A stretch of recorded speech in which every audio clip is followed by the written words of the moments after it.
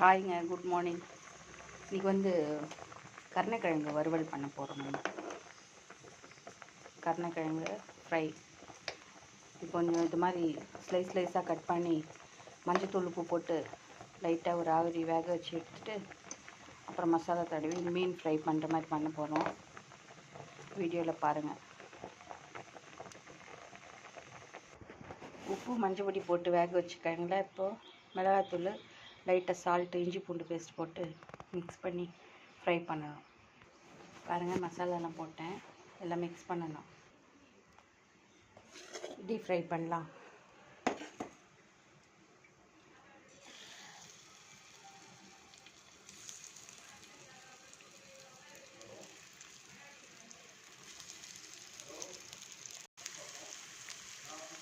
நல்லா வேகணும்.